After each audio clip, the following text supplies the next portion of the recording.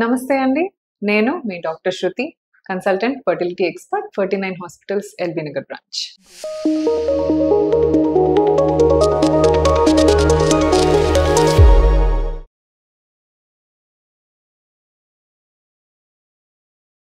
Irregular periods అనేది distressing term. 5 days ముందొస్తోంది, 6 days ముందొస్తోంది, 1 వీక్ తర్వాత వస్తోంది. అసలు పీరియడ్సే రావట్లేదు. పీరియడ్ కోసం టాబ్లెట్ వేస్తే తప్ప పీరియడ్ రావట్లేదు. ఇలా ఇర్రెగ్యులర్ పీరియడ్స్ అనేది it's becoming very common. So చాలా మందికి మన ఇంటి పక్కన ఉన్న వాళ్ళలో, మన ఫ్యామిలీలలో, మన సిస్టర్లకో ఎవరికో ఒకళ్ళకి ఈ ప్రాబ్లమ్స్ ఉంటుంది. So first of all irregular periods అని ఎప్పుడు అంటాం? When is it called regular, when is it called irregular? Me period గనక ఈ నెల 1st తారీఖు వచ్చి నెక్స్ట్ నెల 1st తారీఖు వస్తే that is a perfect regular cycle. అలా ఎవరికీ ఉండదు. చాలా రేర్ గా ఇదే డేట్ కి నాకు ఇదే డేట్ కి వస్తుందని కొంతమంది చెప్తారు. సో నాకు సర్ప్రైజింగ్ అనిపిస్తుంది, ఇంత కరెక్ట్ డేట్ కి ఎలా వస్తుంది. So few people get the period on exact same day in the next month. But generally అందరు అమ్మాయిలకి, నార్మల్ అమ్మాయిలకి ఈ నెల 1st తారీఖు వస్తే దాని నెక్స్ట్ టైం 1st కంటే ముందు ఒక 5 డేస్ అంటే 25th కానీ, అదే నెల 25th వరకు కానీ, లేదా 1st తర్వాత ఇంకో 5 రోజులు 5వ తారీఖు వరకు. సో ఎక్స్పెక్టెడ్ డేట్ కి 4 డేస్ బిఫోర్, ఎక్స్పెక్టెడ్ డేట్ కి 4 days to 5 days after is fine. So అప్పటిదాకా ఇట్ ఈస్ ఓకే.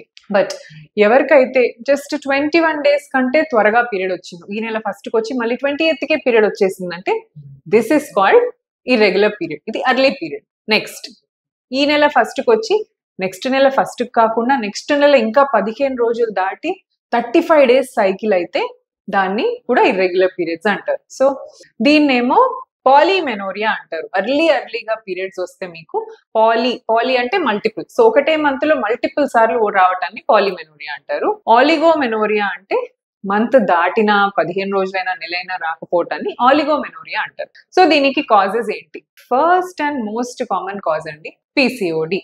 అగైన్ మళ్ళీ ఇక్కడ కూడా పీసీఓడినే మనకి మళ్ళీ వినిపిస్తోంది. ఇన్ఫర్టిలిటీలో పీసీఓ వినిపిస్తుంది, ఇర్రెగ్యులర్ పీరియడ్స్ లో పీసీఓ వినిపిస్తుంది, మొటిమలు వస్తున్నాయంటే పీసీఓ అంటారు, లావ్ అవుతున్నామంటే పీసీఓ అంటారు. PCO is not very serious condition, but చాలా ప్రాబ్లమ్స్ కి ఇది ఒక మూల కారణం. పీసీఓడి అనేది ఒక లైఫ్ స్టైల్ డిజార్డర్ అండి. మీరు ప్రొలాంగ్డ్ గా కూర్చొని చేస్తున్నారు వర్క్, అసలు ఫిజికల్ యాక్టివిటీ ఉండట్లేదు, జంక్ ఫుడ్ తింటున్నారు, you're not following a regular schedule, diet schedule, so unlimited గా ఫుడ్ తీసేసుకుంటున్నారు, స్ట్రెస్ ఉంది మీ వర్క్ లో అన్న వాళ్ళలో పీసీఓడి చాలా కామన్.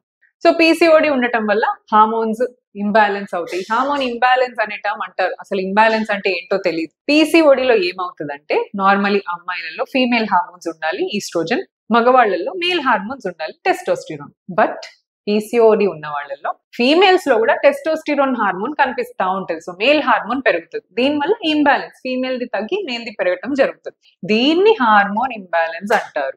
అండ్ దీనికి తోడు థైరాయిడ్, ప్రొలాక్టిన్ హార్మోన్స్ కూడా ఎక్కువ తక్కువ ఉండొచ్చు పీసీఓ వాళ్ళు. సో ఇవన్నీ హార్మోన్ సిస్టమ్ ఎఫెక్ట్ అవుతుంది కాబట్టి మనకు ఎగ్ రిలీజ్ కోసం ఇవన్నీ హార్మోనీలో ఉండటం ఇంపార్టెంట్. సో ఇవన్నిటి బ్యాలెన్స్ తప్పుతోంది కాబట్టి మీకు ఎగ్ రిలీజ్ జరగట్లేదు, పీరియడ్స్ రావట్లేదు. This is the first common cause.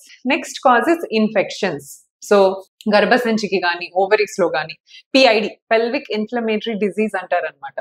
So ఈ పెల్విక్ ఇన్ఫ్లమేటరీ డిజీజ్ ఉన్నప్పుడు కూడా ఓవరీస్ కొంచెం ఇరిటేట్ అవుతాయి కాబట్టి కరెక్ట్ టైంకి ఎగ్ రిలీజ్ చేయవరు. సో దీని వల్ల కూడా ఎర్లీ పీరియడ్స్ రావడం, లేట్ పీరియడ్స్ రావడం ఉండొచ్చు. So second common cause is infection. Third one is endometriosis. So ఓవరీకి రిలేటెడ్ ఏ పెథాలజీ ఉన్నా కూడా ఎగ్ రిలీజ్ లో ప్రాబ్లమ్ అయి పీరియడ్స్ కొంచెం ఇరెగ్యులర్ అవుతాయి. సో ఎండోమెట్రియోసిస్ ఇంకో ప్రాబ్లం. అండ్ ఇంకొంతమందికి గర్భసంచిలో కూడా ప్రాబ్లం ఉంటుంది, గర్భసంచి పొర సరిగా పెరగకపోవటం, సో గర్భసంచిలో అతుకులు ఉండటం, ఇలాంటి వాళ్ళలో కూడా పీరియడ్స్ అస్సలు రాకపోవటం, 6 నెలలకోసారి, సంవత్సరానికి ఒకసారి పీరియడ్స్ రావటం, ఇలా జరుగుతూ ఉంటాయి. So these are the common causes.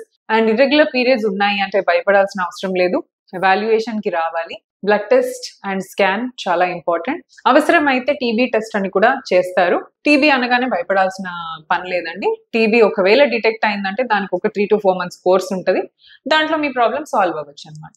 So ఇలా ఇరెగ్యులర్ పీరియడ్స్ ఉన్నా కూడా పీసీఓడి వల్ల అయితే దానికి ట్రీట్మెంట్ ఇస్తాము.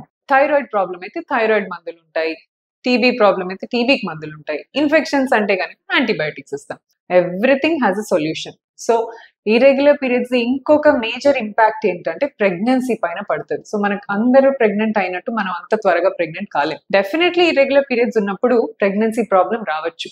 అందుకనే త్వరగా ఇరెగ్యులర్ పీరియడ్స్ లో ఈ టైంలోనే డయాగ్నోస్ చేసుకొని నెగ్లెక్ట్ చేయకుండా early diagnosis is the key to successful pregnancy అన్నమాట. సో ఐ హోప్ మీకు ఇర్రెగ్యులర్ పీరియడ్స్ గురించి కొంచెం అవగాహన వచ్చింది అనుకుంటున్నాను. This is doctor Shruti signing out. Thank you.